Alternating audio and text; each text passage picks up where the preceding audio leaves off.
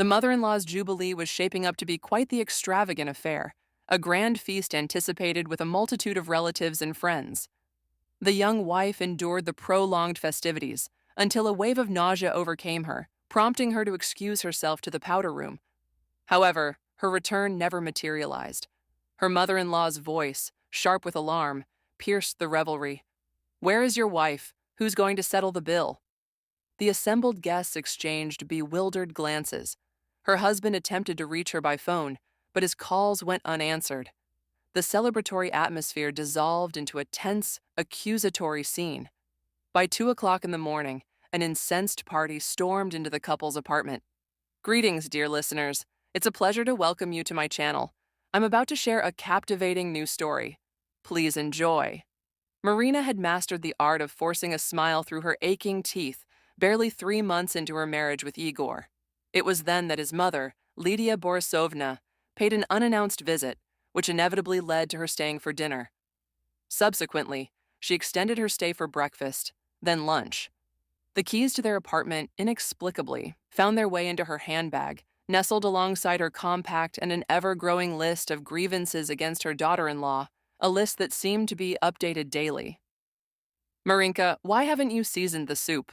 the mother-in-law would chide, her face contorted with distaste. "Igorok here is accustomed to proper food."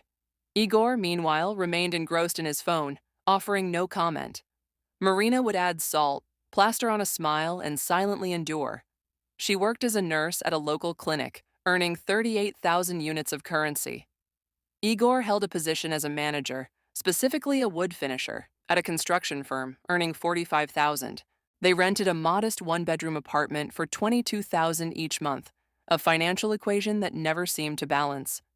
Lydia Borisovna was employed at an archive, though her salary was never a topic of discussion. What she did relish, however, was recounting the hardships of her solitary existence. "My pension is meager, and I barely manage to cover the utilities," she'd sigh, as Igor, once again, handed her an envelope. "My dearest son, you are my only child. Who else will look after their mother?" Marina mentally tallied the expenses, 10,000 plus the groceries his mother regularly borrowed from their refrigerator, always with the excuse of it being a temporary need. That accounted for another 5,000. She attempted to discuss their precarious financial situation with Igor, but he consistently brushed her concerns aside. "Oh, don't be like that. She's my mother. It's difficult for her." Lydia Borisovna invariably appeared at the most inconvenient times. When they planned an outing to the cinema, she would call, feigning distress, "Igorok, I'm not feeling well. Please come over." They would immediately abandon their plans, rushing across town, only to find their mother-in-law awaiting them in a dressing gown, her cheeks flushed, a glass of wine in hand. "Oh, I'm feeling much better now.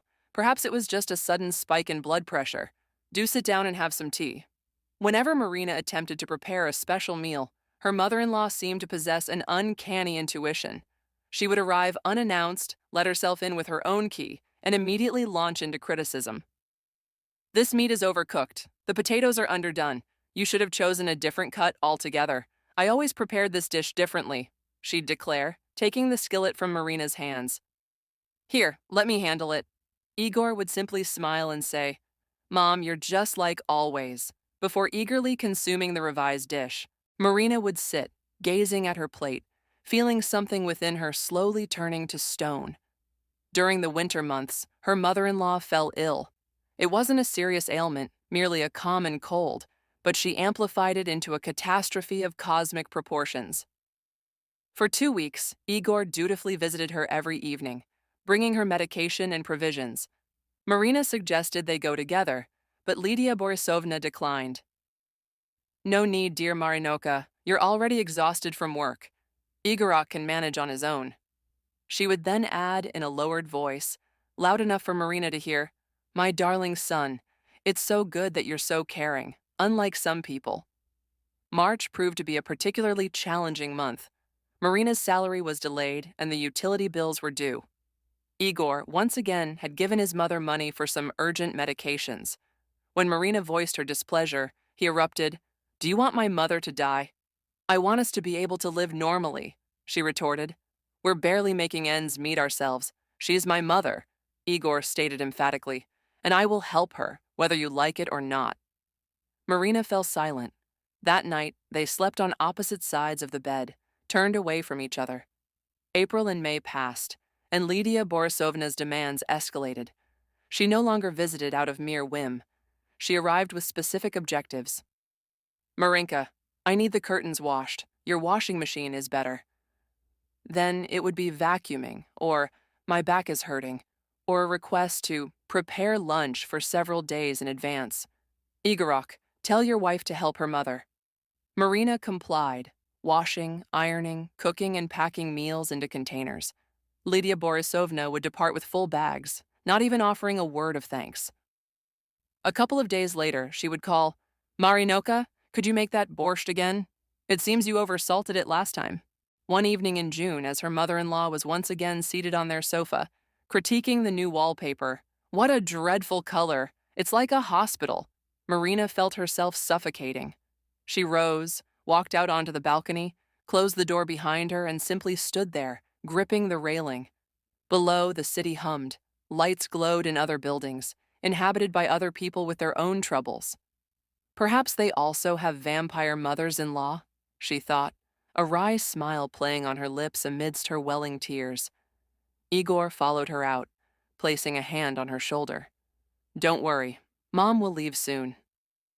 "Igor, we need to talk," Marina said softly. "Seriously, talk about boundaries, about our life. Later, perhaps. Not in front of Mom, though." He kissed the top of her head. Never in front of Mom. Always later. But later never seemed to arrive. At the end of July, Lydia Borisovna announced that she would be celebrating her 55th birthday in August and intended to mark the occasion with a lavish restaurant party. "I'm only turning 55 once in my life," she declared, beaming. "Igorok, you'll help with the arrangements, and Marina can participate too." Participate meant one thing: paying. Igor gazed at his mother with adoring eyes. "Of course, Mom. We'll arrange everything. Right, Marin?" Marina nodded. What choice did she have? The following 3 weeks became a torment. Lydia Borisovna called daily with endless clarifications. The restaurant, the menu, the guest list, the floral arrangements, the cake. Marina was torn between her job and organizing this extravagant celebration. Igor offered assistance, but his contributions were limited to phrases like, "Mom, Marina will handle it," or "Marina, you're so clever." The restaurant cost $150,000. They didn't have that kind of money. Igor took out a loan. Marina borrowed from her parents. Lydia Borisovna graciously approved the choice of venue and menu, but not without a mild scolding. "Well, we could have found something better, but it will do." On the 9th of August, the day of the Jubilee, Marina awoke with a splitting migraine. Her head throbbed so intensely that she wished the ground would swallow her whole. But the party was already paid for, the guests invited, there was no turning back. They arrived at the restaurant at 6 in the evening. Lydia Borisovna presided over the head table in a new dress, naturally purchased with their funds, accepting congratulations. Guests, her colleagues, distant relatives, neighbors, and former classmates began to arrive, about 30 people no less. Marina sat next to Igor, forcing a strained smile. Her migraine intensified with every passing minute. The glare from the chandeliers stung her eyes, the music pounded in her ears, and the voices merged into an indecipherable din. "Marin, why are you so pale?" Igor inquired. "My head hurts." "Just bear with it for a little while, all right?" He patted her hand. For Mom, always for Mom." At 7:30, as the guests had consumed a considerable amount of alcohol and were in high spirits, and Lydia Borisovna was delivering yet another toast, mentioning her beloved son, there was of course no expression of gratitude towards her daughter-in-law. Marina realized she was on the verge of either screaming or fainting. She quietly stood up, nodded to Igor, indicating she needed the restroom, and left the hall. The corridor was empty and cool. Marina leaned against the wall, closing her eyes. Her head spun, and nausea churned in her stomach. She made her way to the restroom, splashed cold water on her face, and looked in the mirror. Her reflection was alarming. A sallow face, red eyes, and hollowed cheeks. When had she last slept soundly, eaten properly, or truly smiled. "What am I doing here?" she asked her reflection. And then it all became clear. Marina took out her phone, called a taxi, and sent Igor a brief message. "I feel very unwell. I've gone home. Sorry." She silenced her phone and exited through the service entrance into the street. The taxi arrived within 5 minutes. The driver inquired if everything was all right, evidently sensing her distress. Marina nodded and urged him to drive faster. Upon arriving home, she took a pill, lay down in the darkness on the bed, and for the first time in weeks, felt a sense of relief. Silence. Peace. No voices, no demands, no recriminations. She didn't ponder what lay ahead. She simply lay there and breathed. Time passed. An hour, then 2. Her phone buzzed relentlessly with calls and messages. Marina didn't respond. She knew what was unfolding at the restaurant. Her mother-in-law was having a fit. Igor was attempting to calm everyone down. The guests were exchanging whispers. "Where is your wife?" Around 2 o'clock in the morning, the door burst open with a deafening crash. Igor and Lydia Borisovna stumbled into the apartment, both clearly intoxicated, agitated, and ready for a confrontation. "Marina!" Igor bellowed, fumbling in the darkness. "Where are you?" Lydia Borisovna shrieked about a shameless hussy and the disgrace she had brought upon the entire restaurant. Igor reached the light switch and flicked it on, the sudden glare making him flinch. "What's wrong with you?" Marina was sitting on the bed. She wasn't crying or shouting. She was simply sitting. But in those few hours, something within her had irrevocably shattered, and it was evident on her face. Her eyes were vacant and glassy, her features contorted, and a strange, crooked smile played on her lips. In her hands, she held a partially packed suitcase. "What are you doing? What is this?"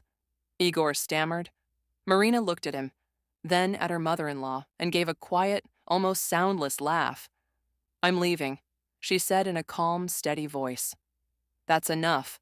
How can you leave?" Lydia Borisovna stepped forward. "You abandoned us at the restaurant. The bill isn't fully paid. All the guests were waiting. I was humiliated."